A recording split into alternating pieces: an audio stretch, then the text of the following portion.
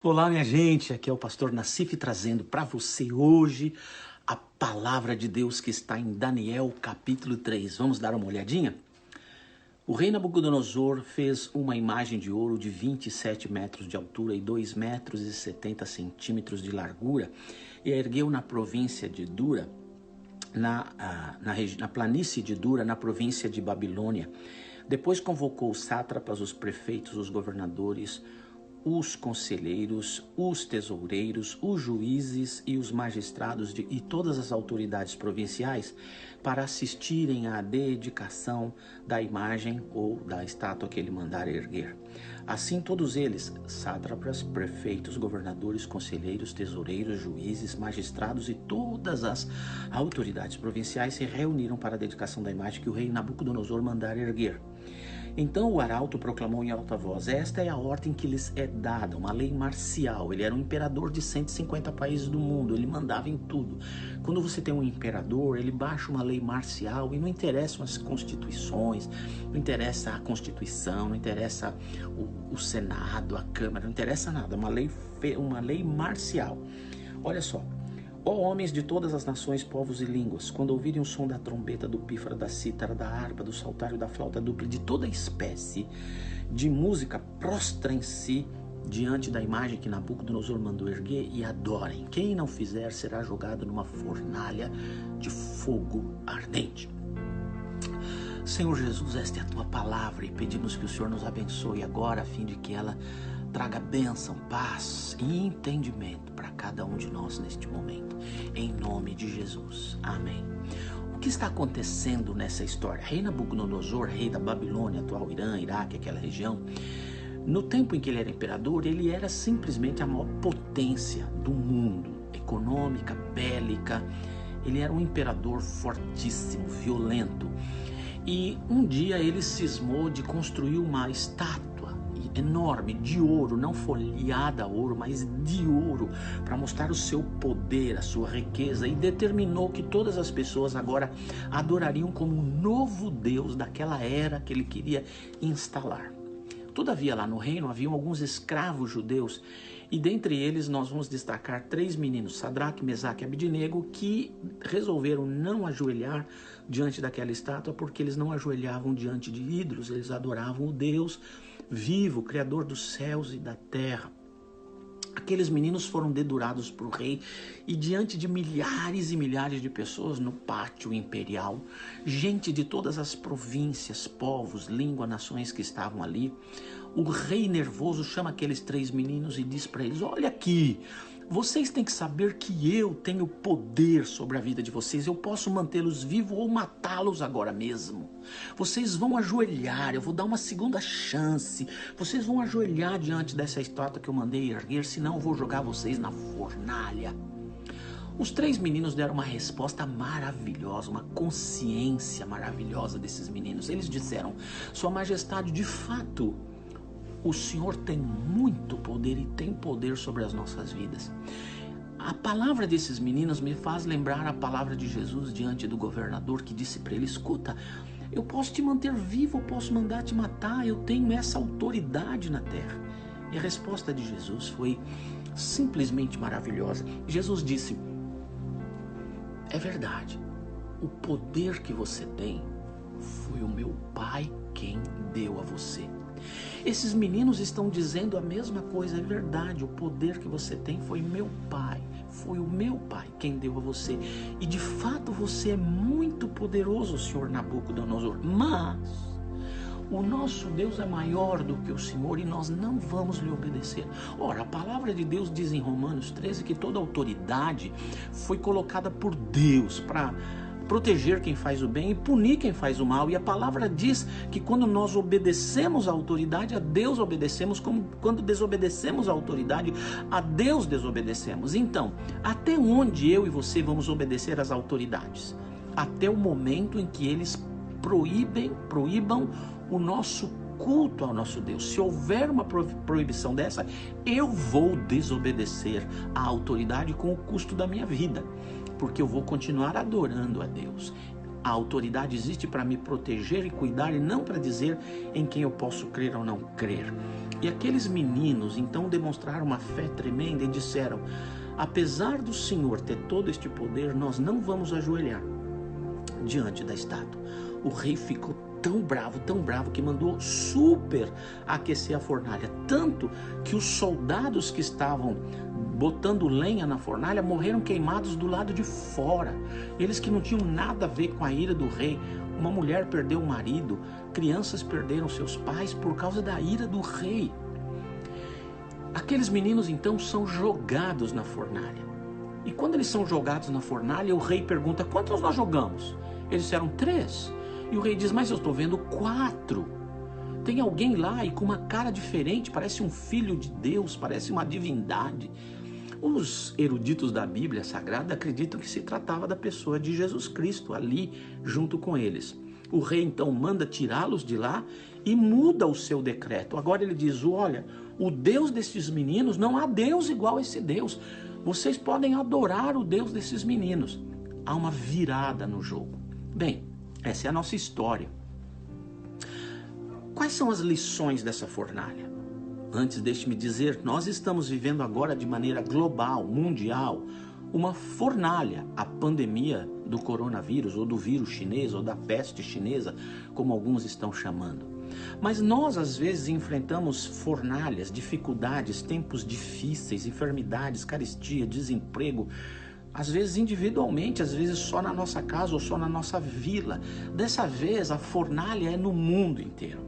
E eu queria falar para você, à luz da fornalha que Sadraque, Mesaque e Abednego enfrentaram, como nós deveremos enfrentar os tempos que se avizinham ao nosso futuro.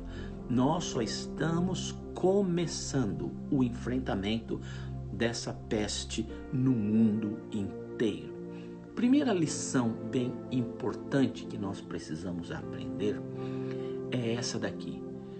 Nós não somos cristãos para ficarmos livres do enfrentamento de dificuldades.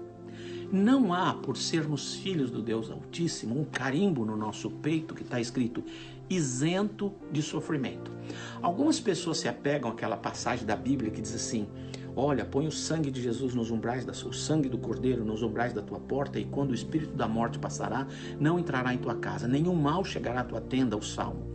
Mas são duas situações diferentes. Naquela lá de Êxodo, Deus estava enviando o espírito de morte, mas para atacar os egípcios como forma de livramento dos judeus. Se tratava de um assunto completamente diferente. Então não adianta agora eu simplesmente só ungir a minha porta. Eu vou ungir como sinal da minha fé. Eu vou ungir os umbrais da minha porta como sinal de que a minha casa é do Senhor. Ok. Também lá no Salmo 91 se tratava de guerra. Deus estaria protegendo naquele momento. Mas mesmo que você creia nisso, eu quero te dizer uma coisa. Tem crente que vai pegar o coronavírus. Talvez 70% da humanidade venha a ser contagiada com corona. Não, nem todo mundo vai morrer. Nem todo mundo vai morrer. Os números são gigantescos, mas não significa todo mundo. Mas todos nós seremos expostos. E alguns cristãos morrerão por causa do coronavírus. Tem cristão que morre de infarto, tem cristão que morre de câncer, tem cristão que morre de diabetes, tem cristão que morre de bala perdida, tem cristão que morre em acidente de carro, de avião, de trem, de guerra. Não é porque eu sou cristão que eu vou ficar isento de sofrimento. Aliás, se você é cristão, adora Deus, entrega a sua oferta, faz oração, lê a Bíblia, porque acha que isso é um amuleto que te defende, porque acha que isso é um antídoto contra qualquer mal que te possa chegar, você está enganado. Deus não está declarando que nós seremos isentos, sendo crentes, do enfrentamento de fornalhas ou vírus na nossa vida. A segunda lição importante que eu aprendo nessa história é que se de um lado Deus não está me isentando do enfrentamento de fornalhas, Ele sempre entra na fornalha comigo. Olha que maravilha, havia uma quarta pessoa, a pessoa do nosso Deus, quem sabe Jesus Cristo estava ali, ainda que eles não pudessem saber que se tratava de Jesus, do Messias, mas eles chamavam de um anjo ou de um filho de Deus, estava presente com eles. E isso é verdade, Deus não nos abandonará nas fornalhas e coronas, vírus e pestes quaisquer que enfrentaremos na nossa vida. Lembra do Salmo 23? Olha que maravilha. Ainda que eu ande, quer dizer, há uma possibilidade para eu andar. Ainda que eu ande no vale da sombra e da morte, não temerei mal algum, porque tu estás comigo. A presença de Deus, isso ele garante. Ele não garante isenção de sofrimento, mas ele garante a presença dele nos ajudando no enfrentamento de toda e qualquer situação diferente. Outra lição bem importante que nós temos da fornalha é que sempre tem gente espiando para nós. Isso mesmo. Olha o que aconteceu. Eles foram jogados na fornalha e todo mundo olhando a reação deles, olhando como é que eles iam ser queimados imediatamente.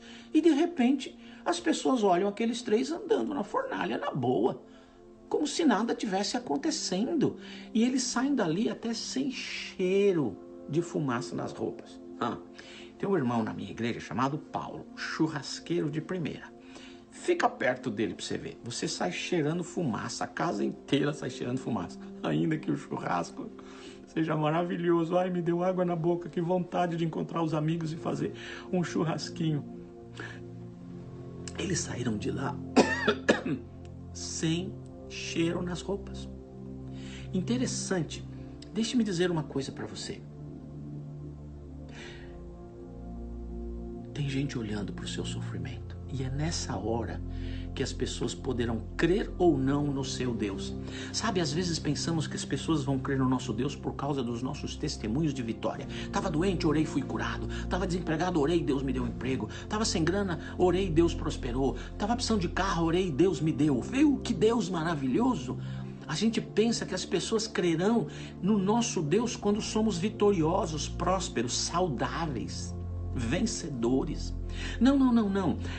Na maioria das vezes,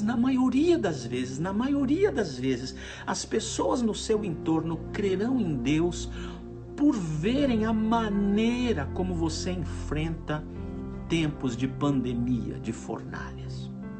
Se você continua sereno, crendo em Deus, calmo, se você não está fazendo pânico, não está histérico, as pessoas vão olhar para você, epa, esse cara realmente tem algo de diferente na vida dele. Agora, se você está quebrando o pau, xingando a tua mulher, xingando o teu marido, batendo nos seus filhos, por sinal, deixe-me dizer uma coisa para você. Gente, como professor é importante, não? Misericórdia, como eu gosto de professor agora.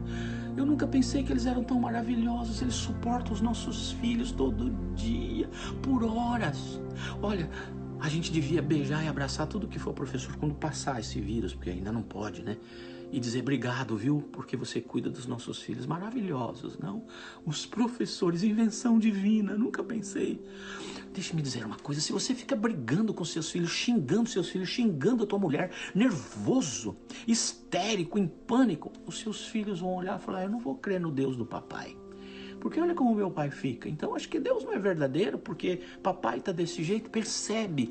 É na hora do seu sofrimento, é na hora da sua fornalha, que as pessoas à sua volta decidirão crer ou não no seu Deus, dependendo de suas reações a este momento.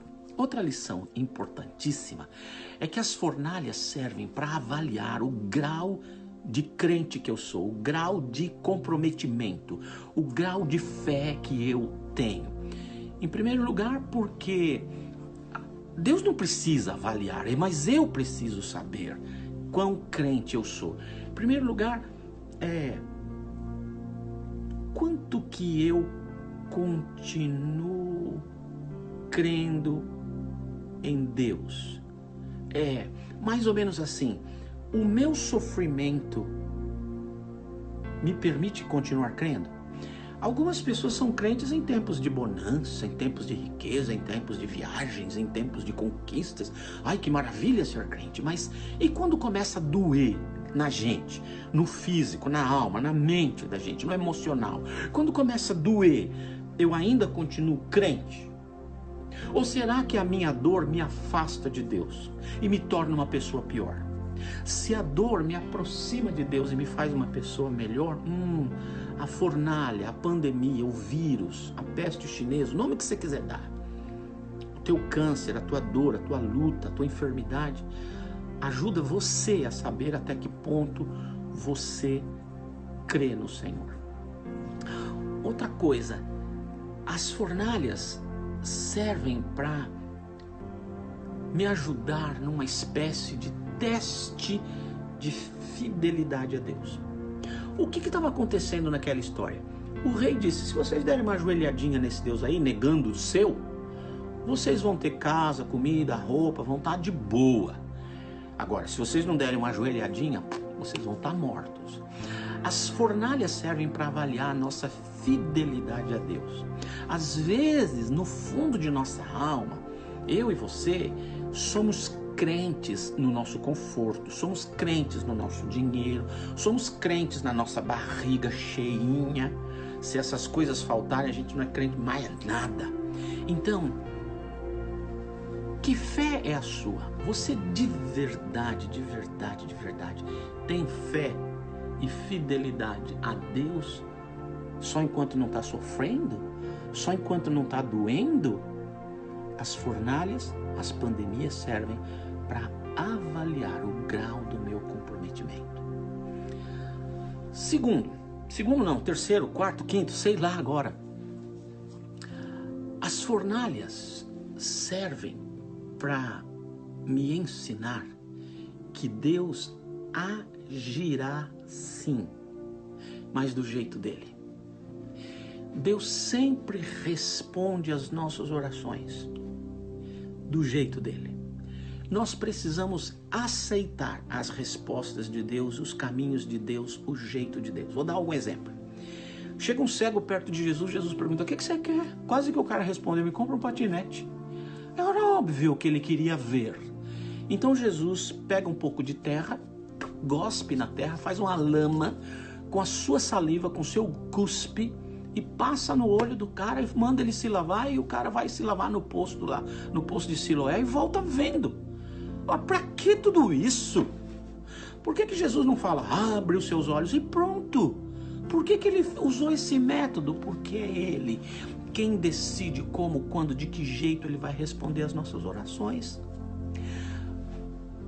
O pessoal que estava lá comendo os 5 pães e os peixinhos e os pães lá que Jesus multiplica, tem aquela multidão, cerca de 10, 12, 15 mil pessoas. Ora, quando Jesus soube que aquele pessoal estava faminto, ele podia dar um estalo e tirar a fome das pessoas. Aliás, se ele pudesse fazer isso com a gente, ajudava a gente a emagrecer, né? Que legal. Pum!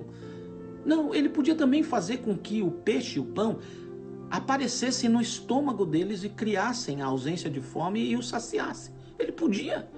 Não, mas ele pegou um garoto que fez uma doação, partiu em pedacinho, botou em cestinho, mandou o pessoal ficar de 50 e de 100 e mandou os discípulos distribuir, e sobrou um cesto cheio para cada discípulo. Deus dá a resposta do jeito dele. Jesus, acabou o vinho do meu casamento está uma água. Meu casamento está sem gosto. O que Jesus faz? Enche de água essas tinas, leva para o mestre Sala. Por que ele já não deu vinho novo direto? Porque Deus realiza milagre do jeito dele, como ele quer, na hora que ele quiser. Por que Deus não livrou aqueles 3 meninos? Olha, quando aqueles 3 meninos falam assim para o Nabucodonosor: Sua Majestade, o Senhor é de fato muito poderoso, o Senhor tem poder sobre a nossa vida, mas o nosso Deus é maior do que o Senhor, e nós não vamos lhe obedecer nessa questão, nós vamos obedecer ao nosso Deus, nós seremos fiéis a Deus, ele nos livre ou não. Nessa hora, se eu fosse Deus, eu diria assim: gente, esses meninos são especiais, apaga essa fornalha, faz chover na fornalha, dá um siricutico no rei, suspende a cerimônia. Eu faria qualquer coisa para livrar os meninos. Não. Deus deixou que eles fossem jogados na fornalha. Acha que é agradável? Não, não é agradável. Há certas situações nas nossas vidas que não são agradáveis, mas que Deus decidiu na soberania dele, na sabedoria dele, agir em resposta às nossas orações e necessidades do jeito dele. E os meninos saem de lá sem cheiro de fumaça. Deus pode realizar milagres assim? Pode. Deus pode salvar a pessoa que está em coma 40 dias, 6 meses? Pode. Deus pode ressuscitar um morto 4 dias morto? Pode. Ele pode fazer o que ele quiser, mas ele vai fazer quando isso dá glória ao nome dele, quando isso vai na direção do propósito dele. E a gente precisa aprender isso nessa fornalha. A gente precisa aprender isso nessa pandemia. Alguns de nós iremos ser entubados, alguns de nós sairemos do hospital, alguns de nós sairemos do hospital para a glória. Do jeito que Deus quiser, Ele vai agir. A fornalha serve para eu entender que Deus responde sim orações, mas responde do jeito deles. Sabe, a maioria de nós só chama de milagre quando acontece alguma coisa aqui. Ai, aquela minha amiga estava doente, eu orei, Deus curou. Ai, que maravilha, milagre. Ai, eu estava sem gasolina no carro, orei, Senhor, faz o meu carro funcionar. Ele funcionou até que eu cheguei no posto de gasolina, foi um milagre. Ai, sabe, eu não tinha comida na panela, eu orei e o arroz cresceu na panela. Ai, que milagre, milagre. Ai, não sei quem estava em coma, eu orei e está aqui, está vivo, milagre. Mas quando a pessoa morre, a gente não fala que é milagre. Mas foi um milagre maior ainda. Foi na presença de Deus, foi morar no céu. Lógico, dói pra gente a separação, mas é também um jeito de Deus responder orações. Em sexto lugar, a fornalha serve para ensinar para mim que na hora certa Deus virará o jogo a favor dele.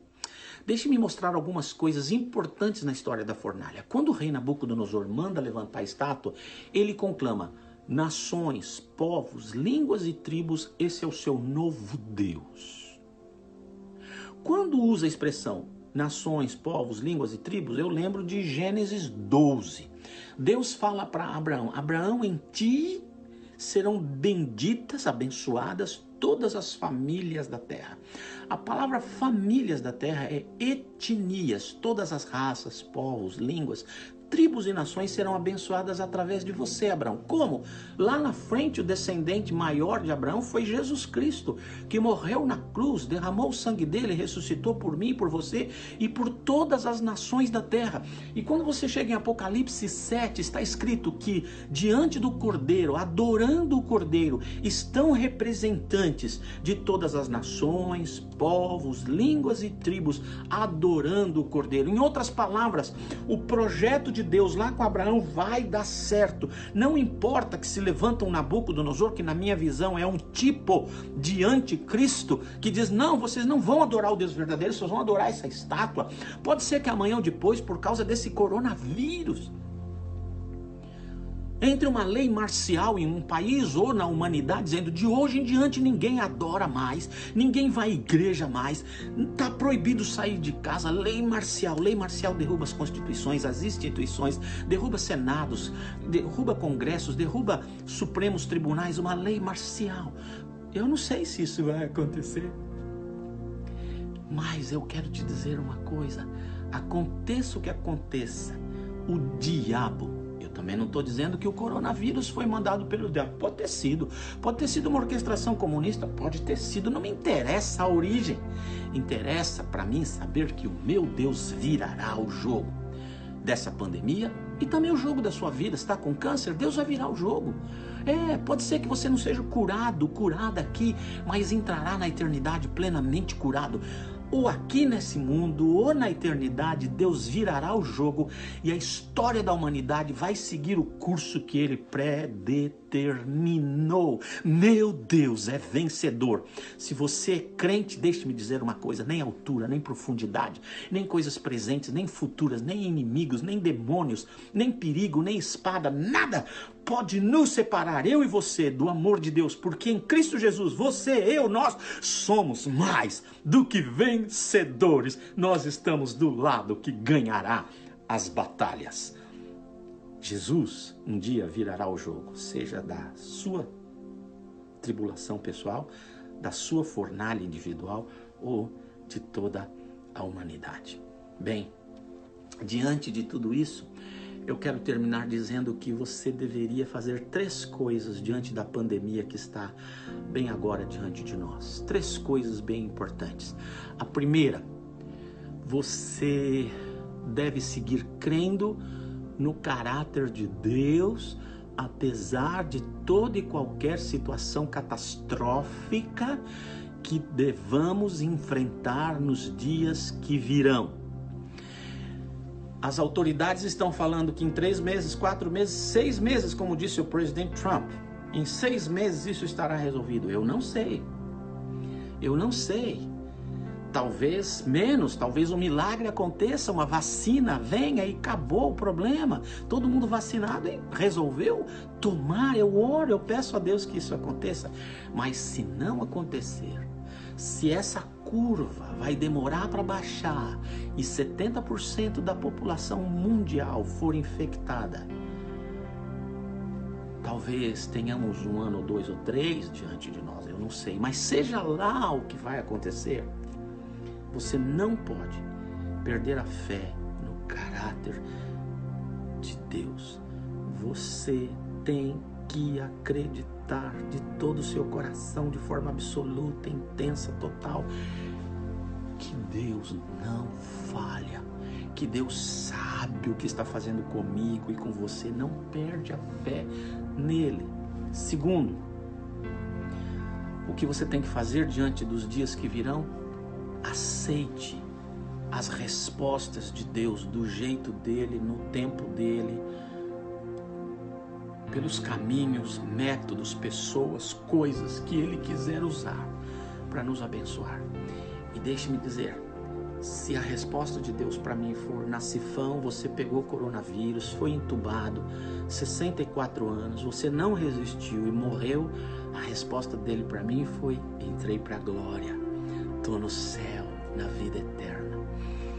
Sabe como que os judeus falam quando uma pessoa morre? Partiu, se foi, partiu.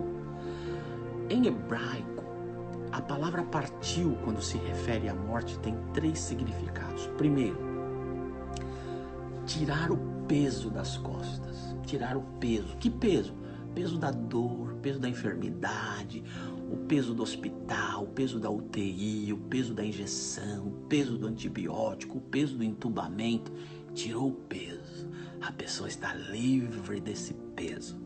Segundo significado é desamarrar as cordas do barquinho para que ele navegue até o outro lado do rio.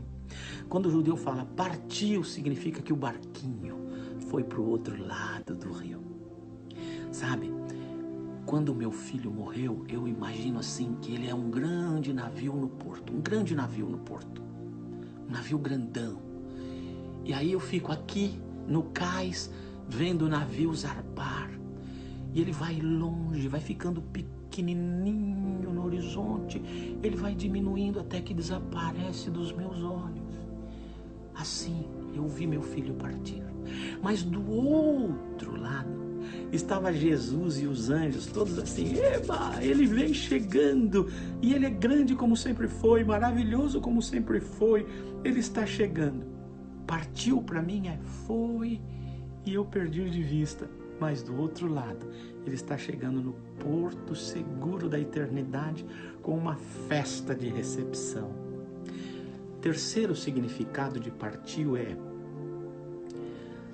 soltar as amarras das estacas da tenda, da barraca, porque agora nós vamos morar na casa fixa, na casa eterna. Então, quando o judeu fala assim, partiu, quer dizer que ele soltou as amarras dessa tenda e foi morar na casa eterna. Isso é também uma resposta de Deus. Pode ser que a resposta de Deus para mim seja: te vejo daqui a pouco na CIF, do lado de cá, e eu irei para minha casa eterna. Então, temos que confiar que Deus saberá dar a resposta a cada um de nós individualmente. E terceiro, diante dos dias que estão propostos a cada um de nós, a terceira atitude é: a primeira, segue crendo no caráter de Deus, que Ele não falha. A segunda, aceita a resposta que Deus der para você. E a terceira, não perde o controle, não entra em pânico, não age com histeria, não desconta seu nervosismo em ninguém, não briga com ninguém por causa das pessoas que vivem no seu entorno. Estas pessoas merecem que você ande em paz e tranquilidade, porque esta será a maneira pela qual Deus agirá no coração deles, dizendo para eles: viu, diante dessa pandemia, esse homem, essa mulher estão em paz, porque eles me têm no seu coração. O que fazer daqui para frente? Crer no caráter de Deus. Aceite as respostas que Ele te der ao seu pedido. Mantém-se firme por causa das pessoas ao seu redor, especialmente os seus filhos, os da sua própria casa. Amém? Amém e amém. Ore comigo. Senhor Jesus, eu me uno a esse teu filho e tua filha que está assistindo esse vídeo em algum momento e peço a tua bênção. Tem tanta gente tentando descobrir a causa, de onde veio, por que veio, se é um estratagema, se é uma orquestração, se é um ataque comunista, se é um ataque do inferno, se é o apocalipse. Tudo isso não nos interessa. Interessa que estejamos em paz no nosso coração, com a nossa alma tranquila, com o nosso corpo estável. Interessa que continuemos a crer no teu caráter que não falha e aceitar as respostas que o Senhor dará a cada um de nós diante dessa pandemia. Guarda o nosso coração, guarda cada família que está representada nesta pessoa que assiste este vídeo. É a minha oração, no nome poderoso, no nome forte de Jesus Cristo. Amém, amém, amém e amém. Deus te abençoe. Até a próxima. Tchau, tchau.